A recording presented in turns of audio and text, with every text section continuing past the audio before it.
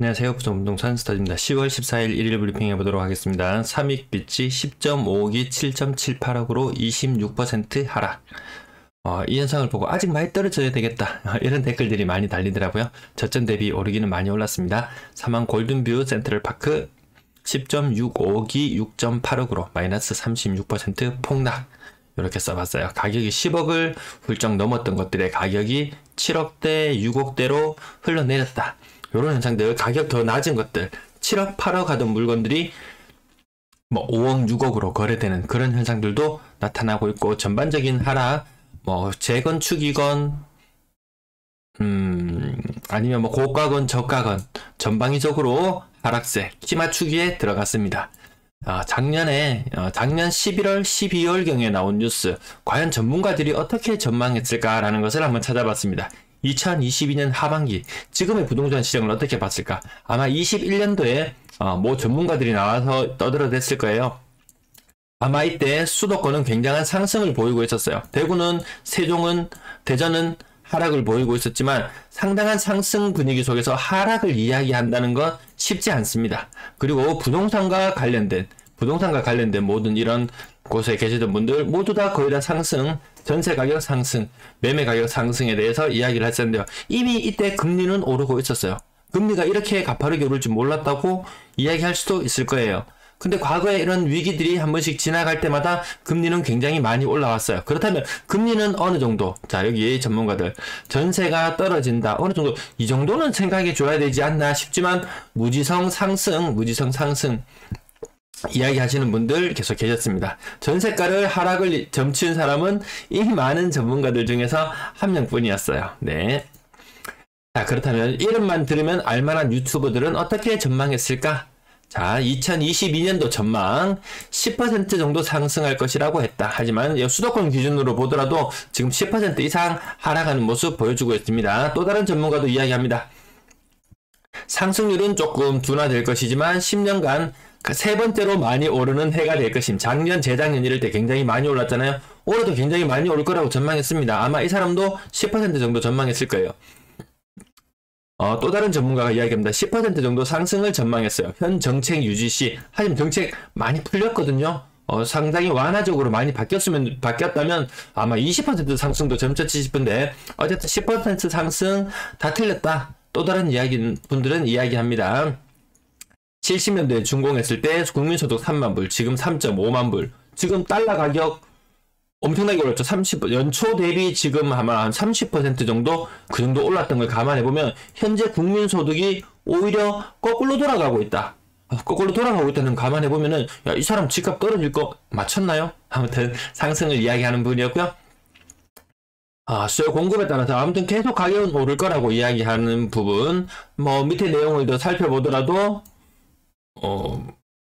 공급이 부족하다는 이야기 있습니다. 공급 지금 넘쳐나요. 매물 넘쳐납니다. 백업 매물도 넘쳐나지만, 분양권에 대한 매물도 넘쳐나지만, 구주택에 대한 매물도 지금 시장이 풀려나면서 매물은 굉장히 많아지는 상태. 금리 가격 영향 절대치 아님. 금리가 지금 사람 잡고 있거든요.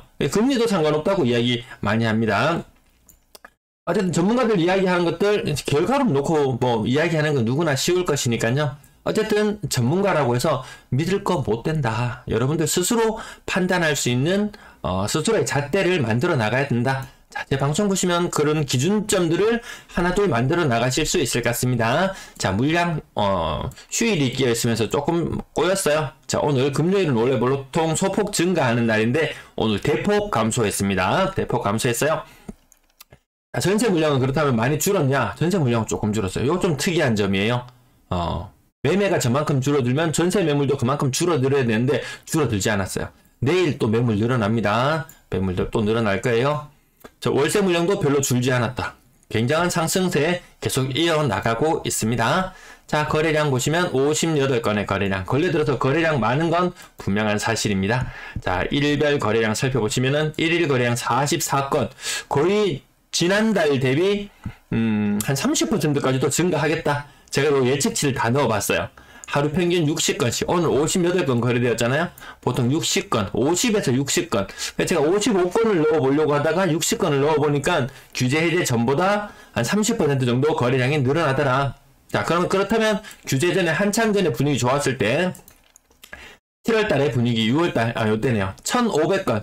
여기에는 미치지 못하겠더라. 지금 이 분위기를 계속 이어나가더라도 규제 해제 이후의 거래량은 뭐 한 1,300건대? 예, 1,300건대 많으면. 그렇다면 여기 그 규제 해제 이전보다 30%까지도 많으면 30%, 적으면 20%, 즉 20에서 30% 정도 거래량은 늘어날 수 있겠다라는 부분 보시면서 3,000건은 넘어가야지 이런 느낌 있잖아요. 더위 시그니처 고점 대비 가격은 15% 정도 하락, 더 시합 센텀파크 2차 요 근래 들어서 가격 계속 하락하는 건들 많이 나오는 것 같아요. 삼익빛이 가격 대략 25% 정도 하락하는 모습, 이것도 많이 빠졌지만 가격 한번 다시 살펴볼 거예요. 자, 먼저 한번 살펴보고 올까요? 자, 삼익빛이 4억 선에 있던 것이 규제 해제하면서 폭발적인 상승을 하면서 가격이 최고점은 10억까지 뛰었더라. 자, 여기 1단 점프, 여기 2단 점프, 1단 점프, 2단 점프한 아이들, 서울에 1단 점프한 녀석들, 2단 점프한 아이들, 1단 점프한 자리도 지금 회귀하는 현상을 보여주고 있거든요. 지금 삼익빛이 거래 가격이 7억 7,800, 약 7억 8천이에요. 7.8억. 7.8억이면 언제쯤 가격이냐면 20년 끝자락에도 거의 8억까지 가격이 왔으니까요. 20년 가격으로 돌아왔다. 이렇게 이야기할 수도 있을 거예요. 근데 여기가 끝일 것이냐? 저는 끝은 아닌 것 같아요. 아무튼 금리가 지금 미국에서 뭐 0.75%도 모자랄 정도로 소비자 물가지수 높게 나오잖아요. 자, 연산 롯데캐슬 골드폴에 20% 정도 하락하는 모습, 사면 골든뷰 센트럴파크 30% 이상 하락하는 모습. 자, 35% 정도 되나요? 자, 요것도 가격 다시 한번 살펴보고 올게요. 자, 이것도 가격 한창 좋을 때는 10억 6,500까지 찍었더라. 자, 규제 해제 이후에 거래건들 바로 나타납니다. 약 4억 5천, 4억 5천 정도 하는 것이 1단 점프, 2단 점프하는 현상이 있었습니다. 그랬다가 점프했던 거 하나 반납합니다. 6억 5천 수준으로. 자, 1단 점프 상태로 회귀하고 있는데, 야, 이게 끝일 것이냐? 진짜 많은 전문가들이 이야기하고 여러 보고서를 살펴봤을 때 집값의 하락은 본격화되는 것이 언제냐라고 결론은 나와 있어요. 금리 인상 이후에 1년 후에 본격적인 집값 하락이 나타난다. 올해 본격적으로 금리가 오르기 시작했잖아요. 작년 하반기부터 시작해서. 그럼 올해 본격적으로 올라가는 금리의 영향을 언제 받느냐? 그건 내년에 받는다는 말이거든요. 물론 그것이 선반영되어서 지금 떨어지고 있다고 이야기할 수도 있지만 금리 상승 기조가 멈춰지지 않은 상태. 내년에는 이것보다 조금 더 많이. 야, 그렇다면 지금 대구는 집값이, 여기는 부산은 지금 2020년으로 집값이 회귀한다고는 하지만 대구는 2018년, 때로는 17년, 때로는 16년 가격까지도 지금은 보고 있습니다. 대구가 먼저 하락을 했잖아요. 대구와 부산의 시차 많아봐야 6개월도 안 되는 상태입니다. 부산은 지금 2단 점프에 있는 거 1단 회귀하는 그런 모습으로 볼 수 있습니다. 이페란체상 부산항 거의 뭐 한 25%, 30% 가까이 25% 정도 하락하는 모습 보여줬고요. 자, 성경아파트 20% 정도, 건영아파트 20% 정도 보합권에 거래도 있고, 센텀 롯데캐슬 아파트 38평형 20% 정도 하락하는 모습.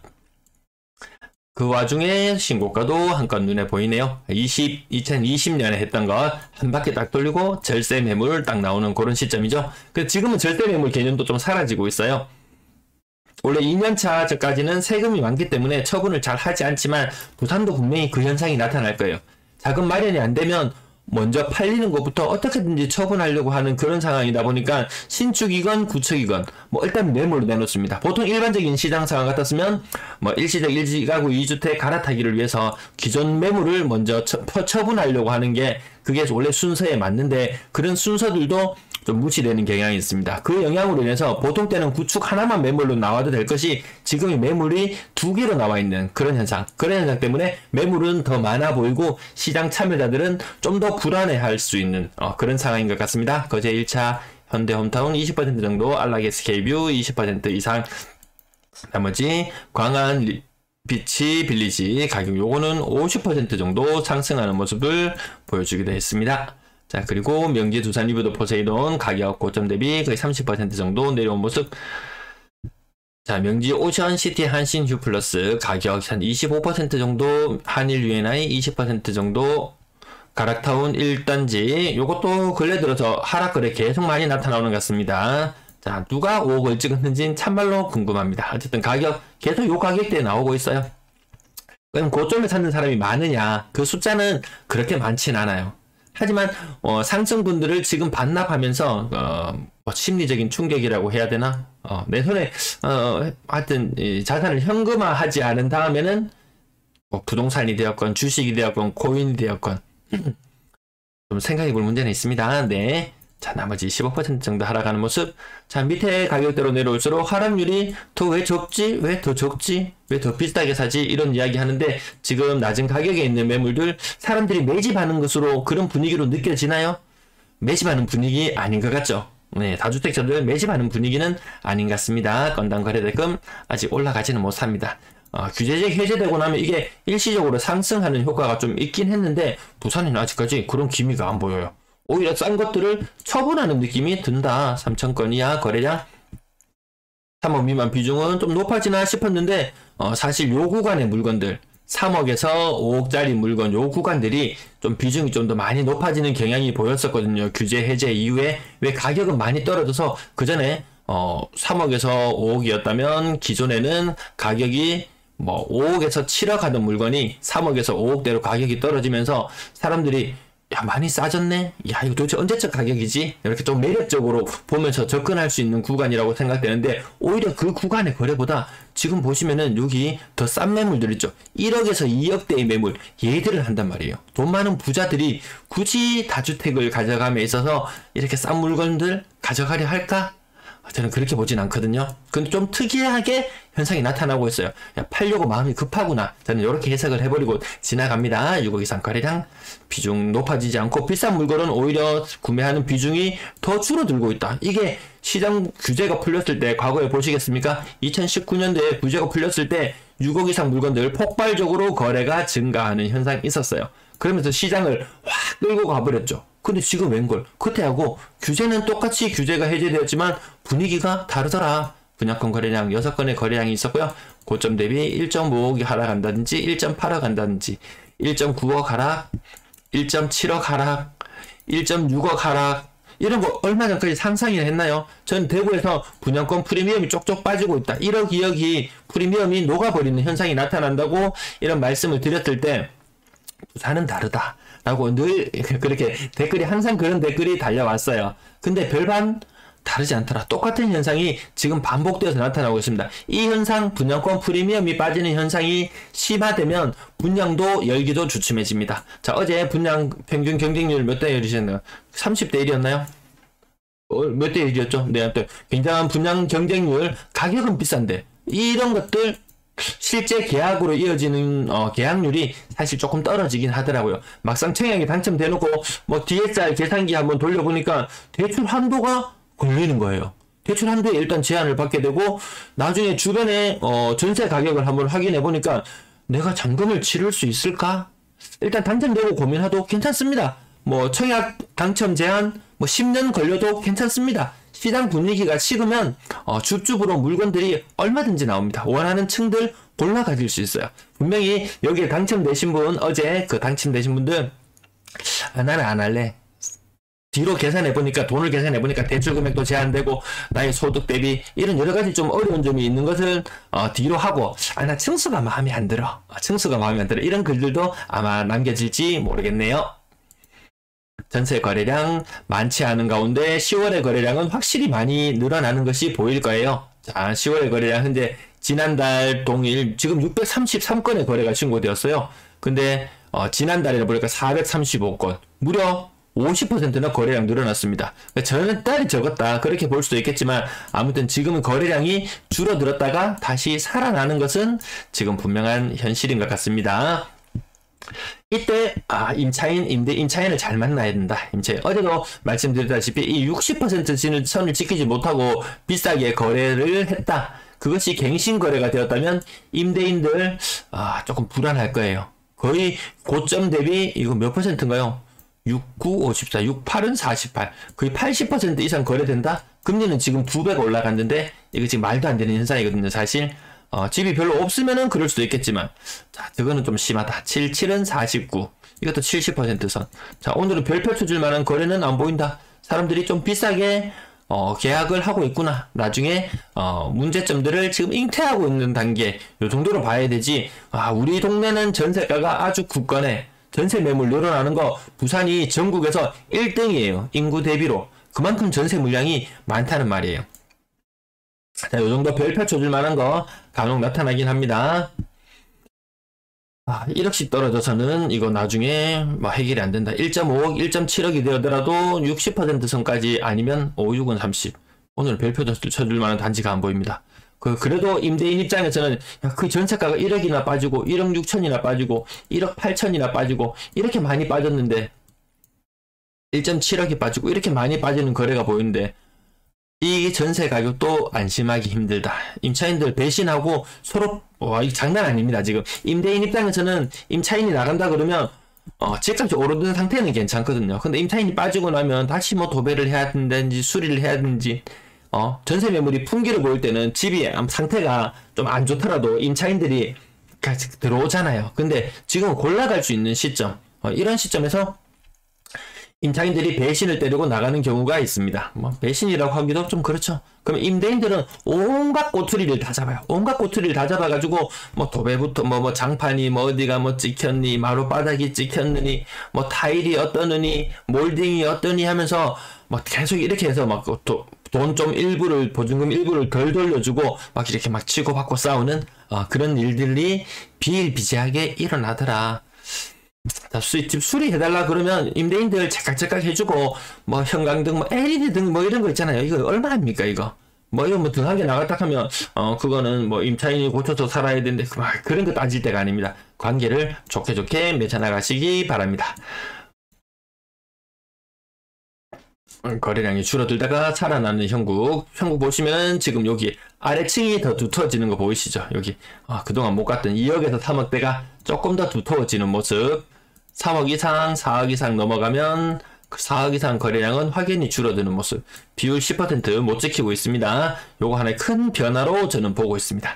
건당 거래 대금은 노란색하고 만나야 될 텐데 하고 보고 있는데 아직까지 오늘 보셔서 아시겠지만 전세가율이 한 60% 정도 수준까지 떨어질 걸로 저는 단기적으로는 60% 정도까지 떨어질 걸로 보고 있는데 아직까지 그렇게 많이 빠지는 모습 보이지 않더라. 과거에 대해 70%, 80% 최고점의 전세가격 대비 그렇게 높게 형성된다. 전세값이 받쳐주면 분명히 다시 집값이 오를 거야 라고 이야기하지만 지금 아마 금리 오르는 이 무서운 상황을 지켜보시고 이 전세가가 지켜질 거라는 그런 믿음을 가진 분은 아마 많지 않을 거예요. 아마 그런 믿음을 가지고 있다면은 금리가 올랐을 때 그 비용적인 측면 이런 부분들 좀 세심하게 한번 계산해 보시면 생각이 조금 달라질지도 모르겠습니다. 월세 거래량 언론에서 떠들기 시작한 이래로 월세 거래량이 확실히 더 늘어납니다. 전체 임대 거래 건수는 줄어들고 있는데 월세 거래가 확실하게 늘어나고 있다라는 말은 전세가 그만큼 덜 된다는 말씀이라고 제가 계속 반복해서 드리거든요. 자, 꼬리가 몸통을 흔들 현상은 계속될 것 같습니다. 올해 끝나는 것이 아니고 내후년까지도 지금 전세가율 고점 대비 80%에 들어갔다면 굉장히 비싸게 들어가는 셈이거든요. 그 현상은 올해 해소되지 않고 내년 내후년까지 계속해서 이어질 것 같다. 그러면 그 말인즉슨 부동산은 V자 반등보다는 장기적인 침체를 거쳤다가 그 이후에 변곡점을 만나게 될 것인데 이 기간이 오히려 더 길어지게 만든다. 일단 매를 한 대 시게 받고 그 다음에 다시 재건하는 것이 오히려 더 빠르지 않을까 이런 생각을 해보면서 방송 마치겠습니다. 시청 감사합니다.